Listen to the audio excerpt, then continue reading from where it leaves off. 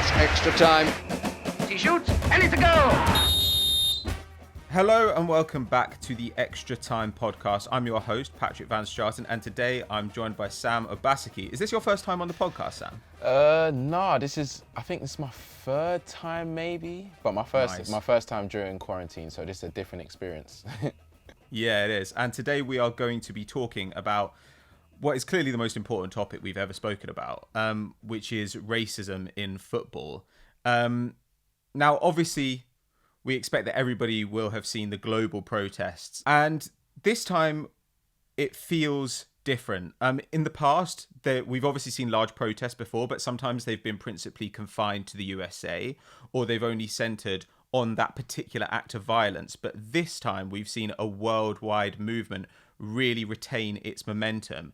So as well as protests against police brutality and negligence, we're also seeing it linked to the conversation about white privilege and people examining their own racial biases, their own privilege. And there are loads of important petitions that we're seeing popping up online, not just about justice for people like Shukri Abdi and George Floyd, but also about proposals to change GCSE reading syllabuses, to change the way that history is taught in our schools to reflect this country and other countries' histories with slavery, colonialism, and imperialism. Now, obviously, we don't expect today that we're going to be able to talk to you about race in every country overall. And so what we wanted to do today is take a moment as members of the community of football fans to examine racism in football and the role that it can play in combating racism in larger society. Because I think often there are parts of the country where people's major exposure to people of other races is through sports. Yeah, there are people who, for instance, might not go to a school with people of other races, but if they support football, their club will have players of other races on it. And as a result, I think that it should be a really important tool for awareness. Sam, obviously this is like a global political issue. And while we always see people say like, oh, sport should stay out of politics, it seems to me like it's completely natural and right that sport uses its voice for this cause. So how have we seen football respond to what we'd have to say is an ongoing crisis in the treatment of Black, Asian and minority ethnic people by white majority countries? Well, I think it's quite interesting now that the amount of support, like you said, that football is showing the Black Lives Matter movement. Since the beginning of the Premier League now, they've put Black Lives Matter in place of the players' names. They've got a badge on the side. All the commentators have got a badge also. And during all of the interviews with all of the players and managers, there's always a question regarding the situation. And I feel like bringing light to the issue is so important because it's not a political issue, it's a human rights issue. And I feel like with the George Floyd incident, because it happened during a pandemic where so many people are able to see what's going on online and what's going on in other countries, I feel like it just kind of affected people a bit more.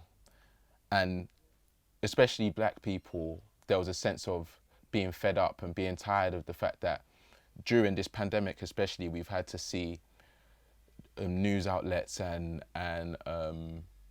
statistics saying that Black people are more likely to die from the pandemic. So that's gonna have people worried in general. And then there were so many situations with the police brutality against Black people, not just in the US, but also in the UK. It may not be with guns and violence, but just the stopping of people and the way people are treated by the police, it's raised so much awareness. And the fact that the Premier League are now saying, okay, cool, we've got a platform and we're gonna bring and shed as much light as possible to the problem is such a big thing. It's such a big thing. It feels like in the past well, I was going to say in the past it's mostly been players having to do this. And that has always struck me as wrong. Like, you do see players taking knees or players revealing messages under their shirts, but does it seem to you like leagues and clubs and organisations have done enough? Because it does feel a little bit like it's putting pressure on people who are most affected by these issues Yeah. to solve these issues, which Yeah. seems completely unjust. Yeah, 100%. I think it's because of how it used to look and the way they tried to make racism seem like it was a political issue. It was kind of hard for these organizations to get involved and really have a voice. But I think now with the confidence and the strength that the black players are showing, like Raheem Sterling, Marcus Rashford, and even some of the pundits like Ian Wright and Chris Kamara, talking about their situations and talking about the experiences that they've been through personally, I think in a time like this, it would be wrong for organisations like the Premier League and the FA to just say, okay, cool, you guys are going through it, we're just going to leave you hanging. They need to show support, and they need to show that if you're going to take part in football or you're going to be a part of punditry, you're not just being used for your talent. Like, we care about you, we care about the prejudice that you face on a day-to-day, and the fact that so many more people are coming forward to speak on it is spreading the message further than it ever has, in my opinion. Yeah, I completely agree. And also, I'm glad that there are people like Dion Dublin saying the shirts are nice, but the shirts are not the thing. That's not what's going to change things here. So Raheem Sterling was pointing this out the other day, right, where he was saying that like there is a difference in the way that black ex-players who want to become coaches and white ex-players who want to become coaches are treated.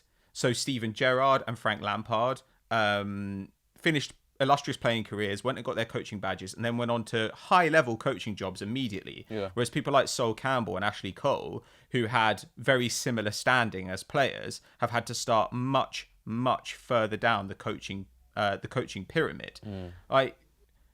Do you think that football does enough to get more black people black and minority ethnic people into positions of power in football? I don't think they do, and I think the biggest problem with that is that they try to bunch all of the ethnicities into one. They try to bunch black, Asian, any other race into that small group. So the fact that in the process they can be saying, okay, cool, we're gonna fill at least one spot with a person of BAME heritage, that's not good enough.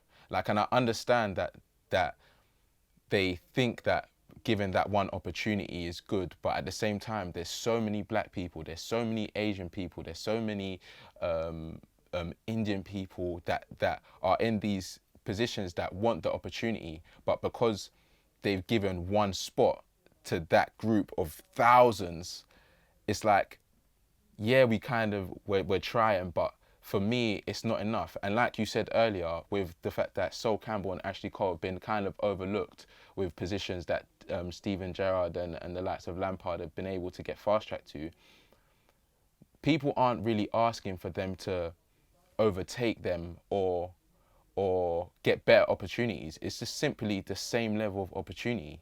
And the biggest thing with that is that they all come from the same background. They've played football for years. They've trained for years. They're showing that they want to get into coaching. And the biggest thing for me is that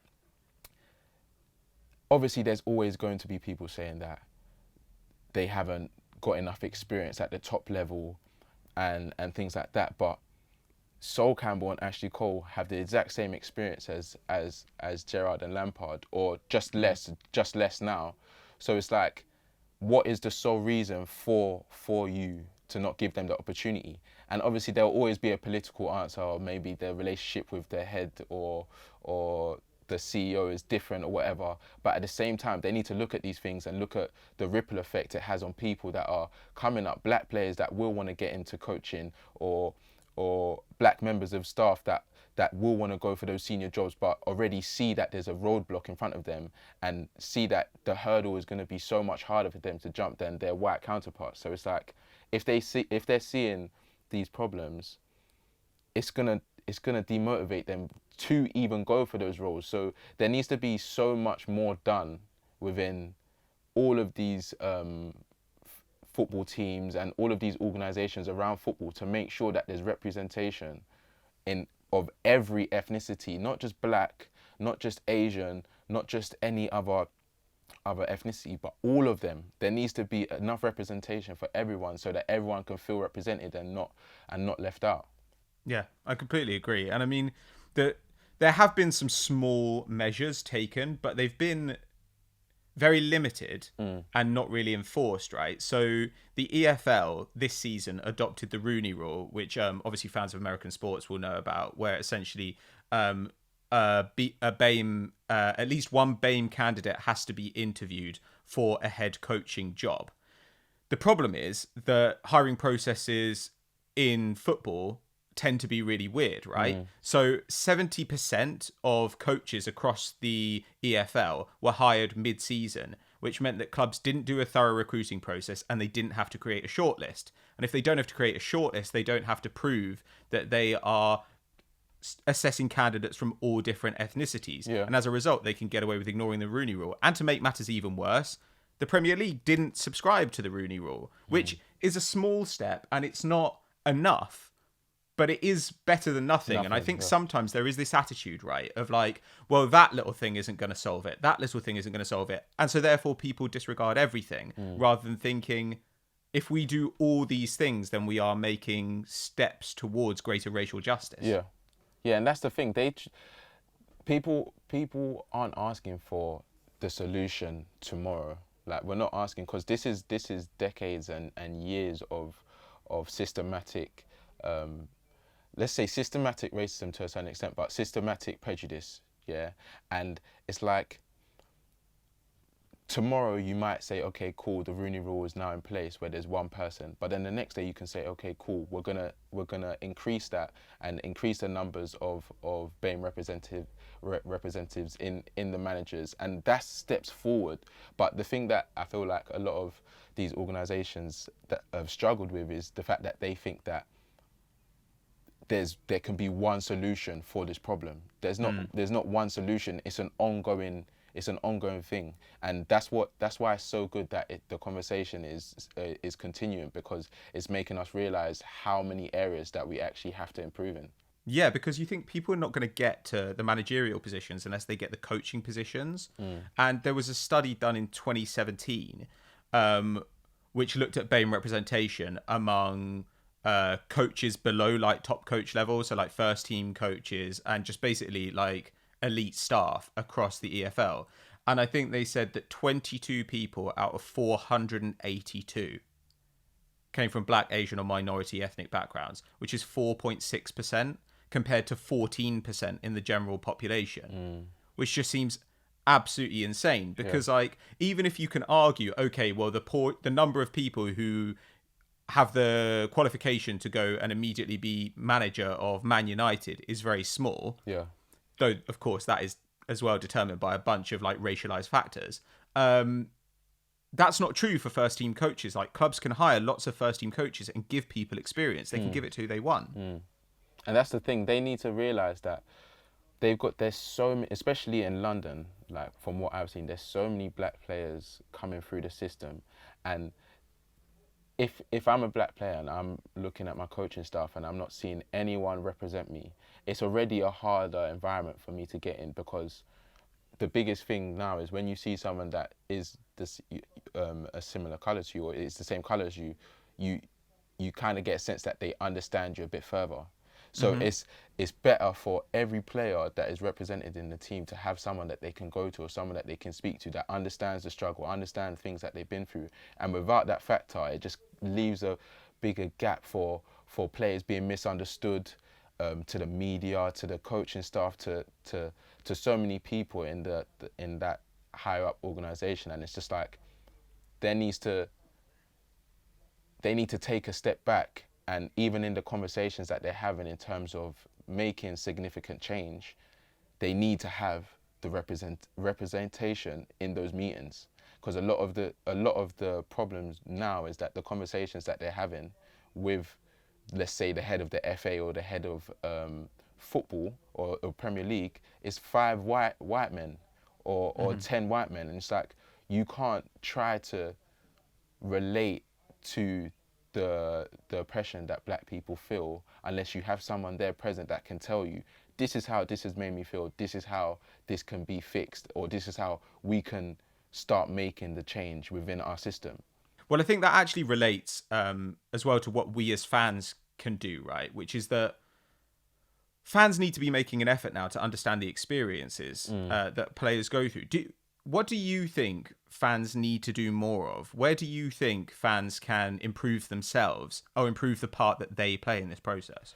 I'd say just educating themselves on, especially in the UK, systematic racism and how that plays a part on the subconscious, and the fact that you may not feel that you're being racist when you're saying to someone, oh, you see a tall black player, and even if he's got the most technical ability, you would be saying, oh, he's got a lot of pace, he's got a lot of power, or he's very strong in the air, and that might be true, but at the same time, you see that those terms used a lot with black players. And also, even going to stadiums and going to walk into the matches and things like that, there's been so many cases of racial crimes and racial things happening, and it's like, as an individual, you have to say, okay, cool, if there's so many situations happening, especially in one club, what can we do as fans to either speak to the club and say, we're not standing for this anymore because our right winger, our centre mid, our right back, our left back are black players, and we don't feel comfortable that you're sitting next to someone that is literally just abusing them because of the colour of their skin. It's going to be an effort that everyone needs to get involved in, and I feel like that's one of the biggest things why this is so different, because you're seeing white players speak out, you're seeing white managers speak out and saying, this is wrong, we shouldn't be doing this. If you're not speaking out against racism, then it looks like you're for it. Do you get what I'm saying? And that's never really been a conversation.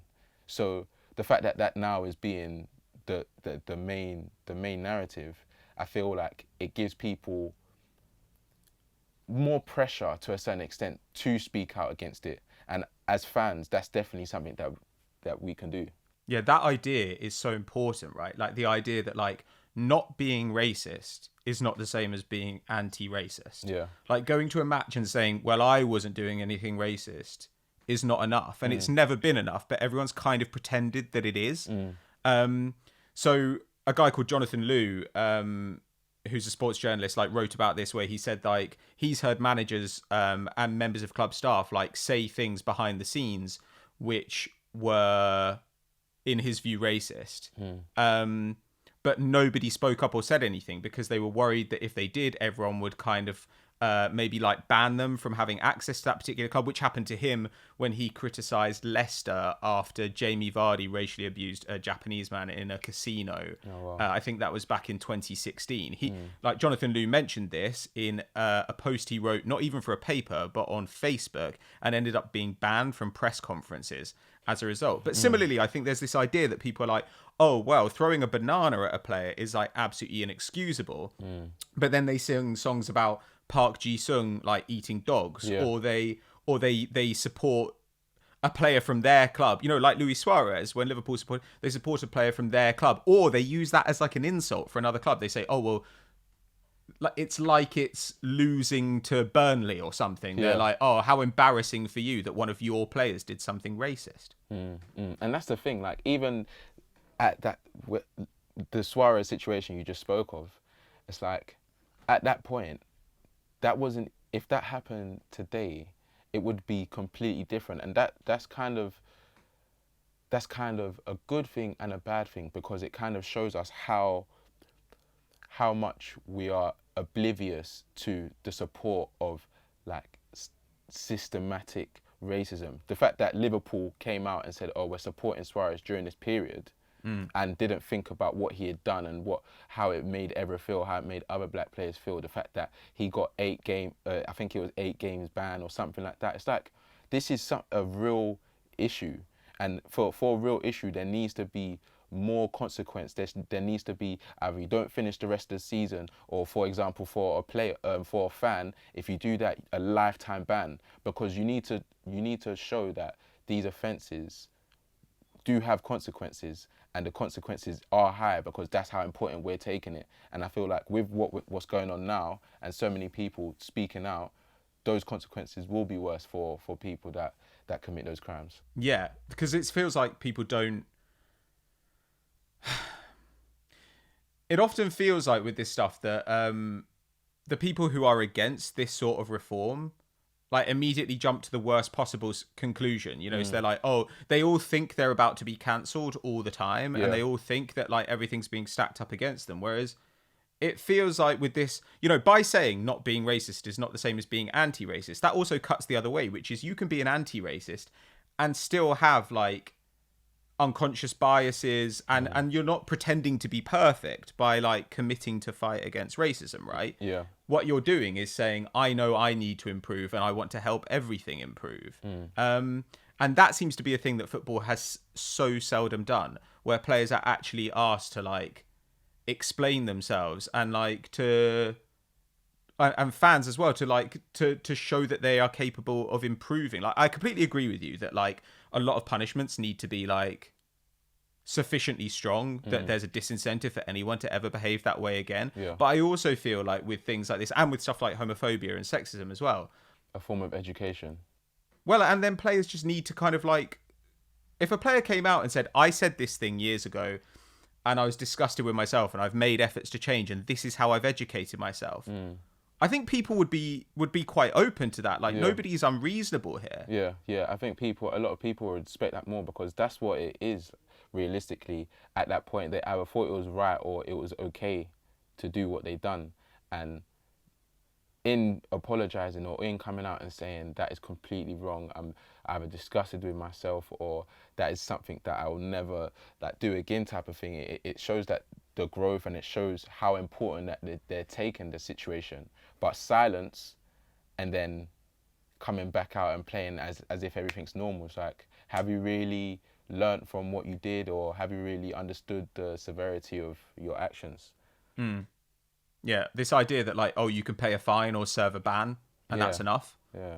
And that will just improve you as a person. Like that's not that's not the way it works. Like I mean, it's interesting as well, you talking about the pace and power thing, because I think this is an example of something that would never be allowed to go on if it weren't about black players. Like, I agree with what you were saying before about like the way that we need to look at representation for Asian people, for black people, and like not just treat essentially like, oh, there are white people and then there are other people. But there are really specific like forms of racial stereotyping which are applied again and again and again to black people, right, in football. So you and I have both tried to write one-on-ones about race in football, and the one I wrote was like in 2017. I've updated it a couple of times since then, but there's a bit in it where I searched for the new Vieira, just to see who came up, and I've literally got a list of like 25 players, and then there are players who are not, and they're all black players. They're all tall black players, and then shorter black players are likened to Makelele. And then since Conte's come along, they're likened to N'Golo Conte. I even found an article by an Arsenal fan about how Matteo Guendouzi, people were saying, he said, oh, I don't understand why people are saying Guendouzi could be our new Vieira. Our new Vieira could be Joe Willock, maybe, or Ainsley Maitland-Niles. And it just feels like this is an example of something where when you say this is racist, people react to it really badly. But the comparison often has absolutely no basis in fact, except in skin colour. That's the only thing that people can see. And that's the thing. People don't really realise that there's different forms of racism. We're not saying that that's the worst type, or being compared to a black player is the worst type of racism. But it's just the fact that it's so subconscious that you don't realise that every black player that you do compare to Vieira is black.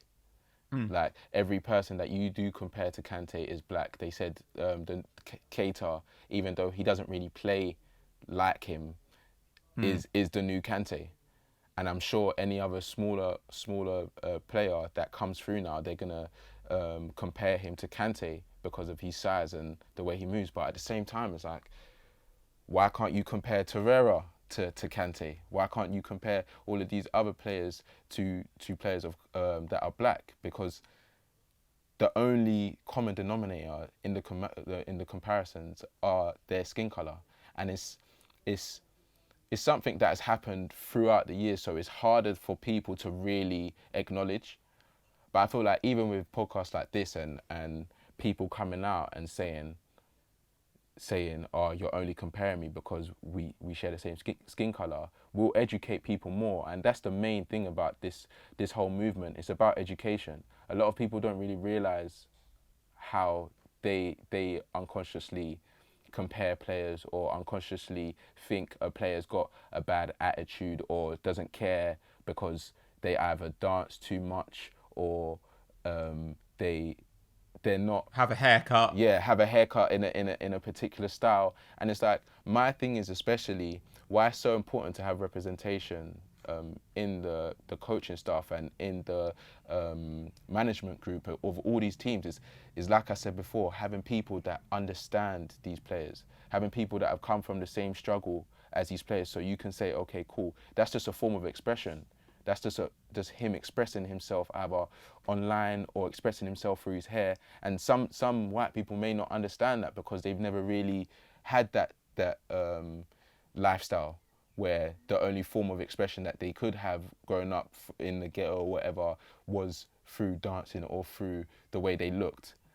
And it's all about literally education. And I feel like with the conversation continuing, that will only be better for players of colour and everyone in general, to be honest. Yeah. So education would be definitely like the cornerstone of like what we can do going forward, right, as football fans. But what other action do you think that we could be taking, that people should be taking?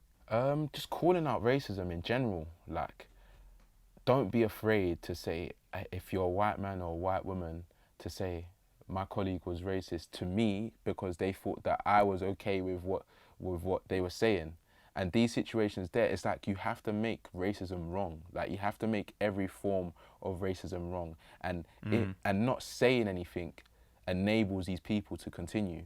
Like, there's been so many scenarios recently online about people recording either police officers or just common people just walking by and that have had racist situations with black people.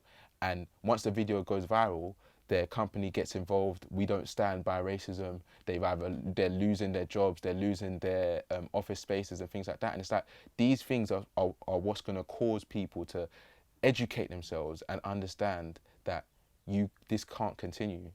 And the fact that so many people are now recording these situations where they are victims of racist attacks, or just the unconscious racism, like I said, being stopped because you're a black guy and you're in a nice car.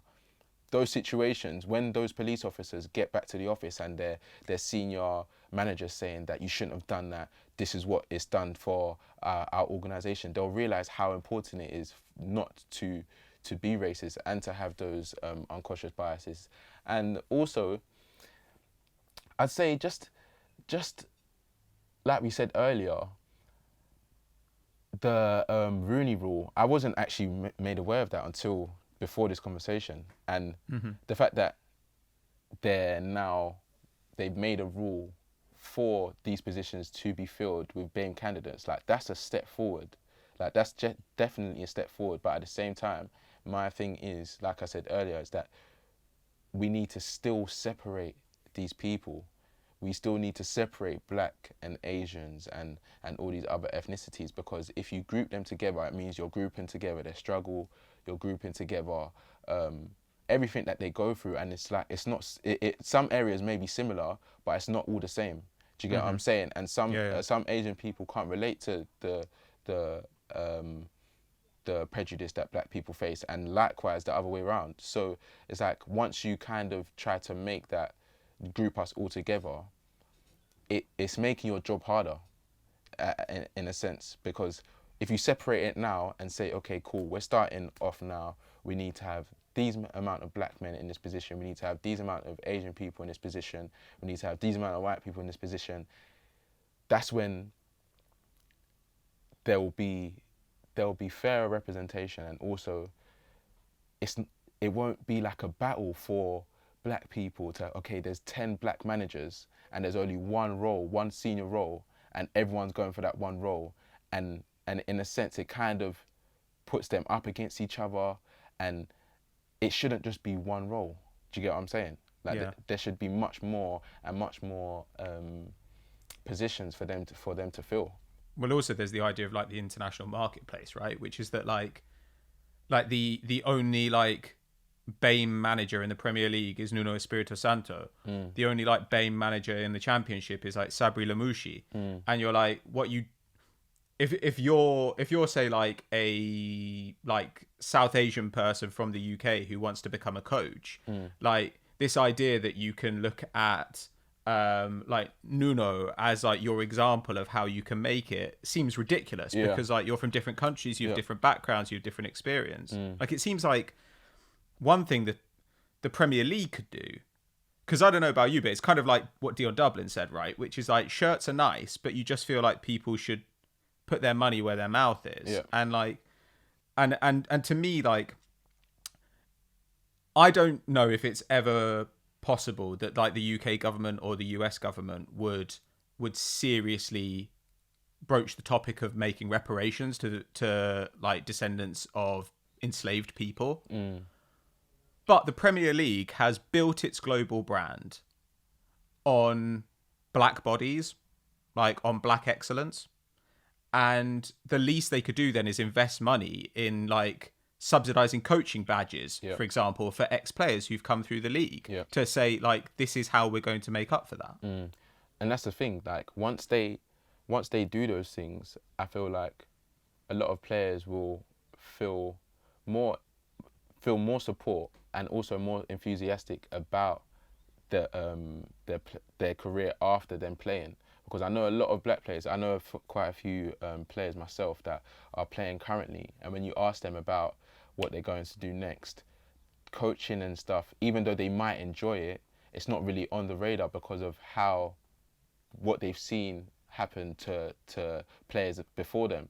So it's like once you allow these things to change, it motivates and inspires the next generation and the next generation after that. Like so many of these players, like Sterling coming out and Rashford coming out and speaking about these things, that was never done before. Like players were always told that you're a footballer, so you can't really say much, or you need to focus on football.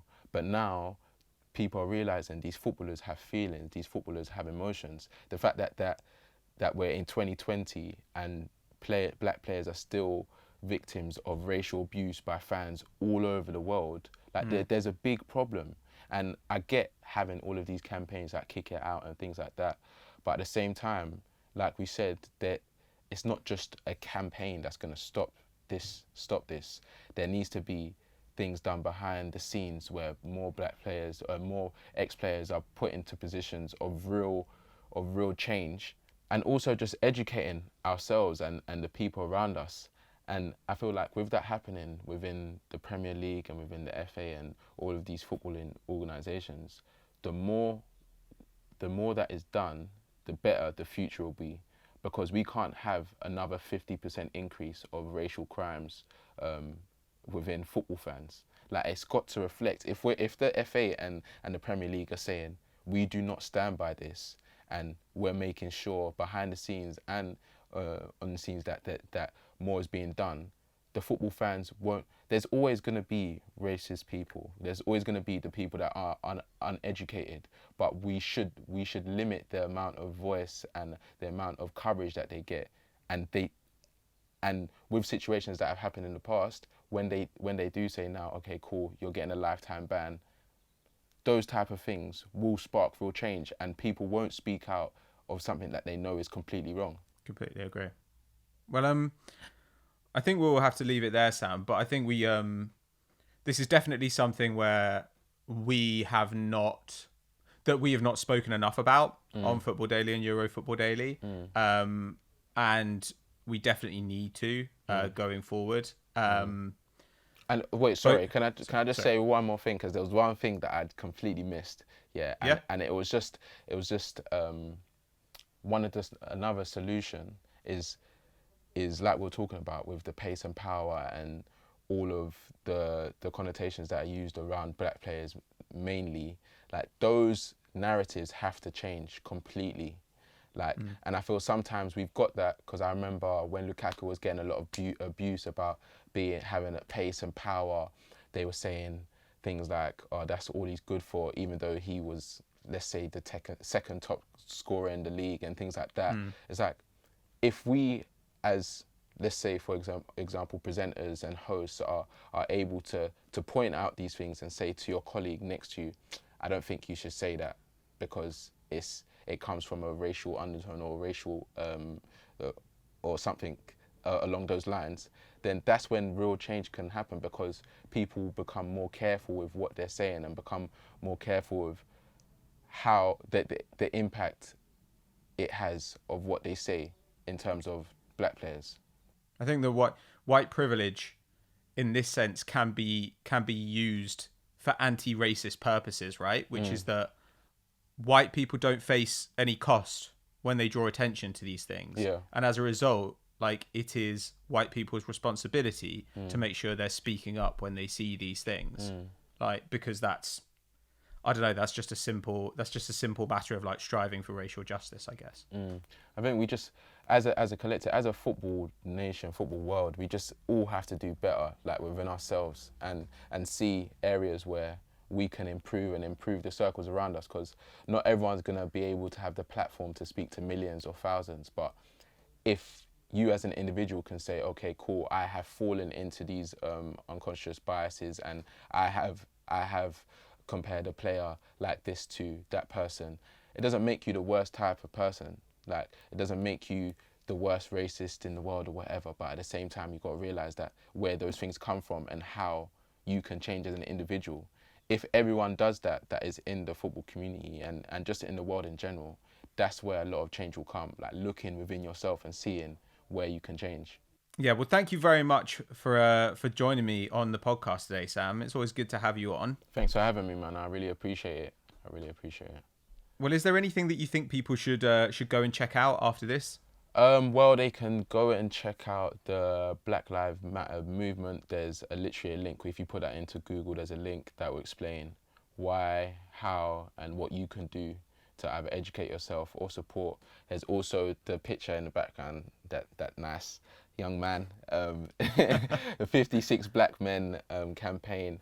That's literally, I joined that I think 2 years ago, and the main message of that campaign is to change the narrative of how black men are perceived in the media. So you can check them out as well. They're doing a lot of things behind the scenes in terms of getting a lot more black representation in the board meetings and on ground level, at every level.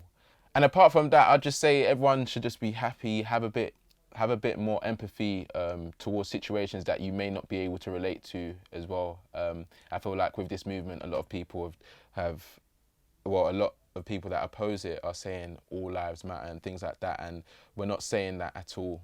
We're just saying that for the current climate, black lives are at more of a jeopardy in a sense, especially in the US, but in the UK, the systematic racism and the unconscious racism is issues that we have to solve together. It's not just you, it's not just us, we have to do it together, and that's how real change can come. But yeah, man, everyone stay happy. Thanks, Sam. And thank you guys for listening or watching. Make sure that you're subscribed, and we will see you again soon. Thank you. It's extra time. He shoots, and it's a goal.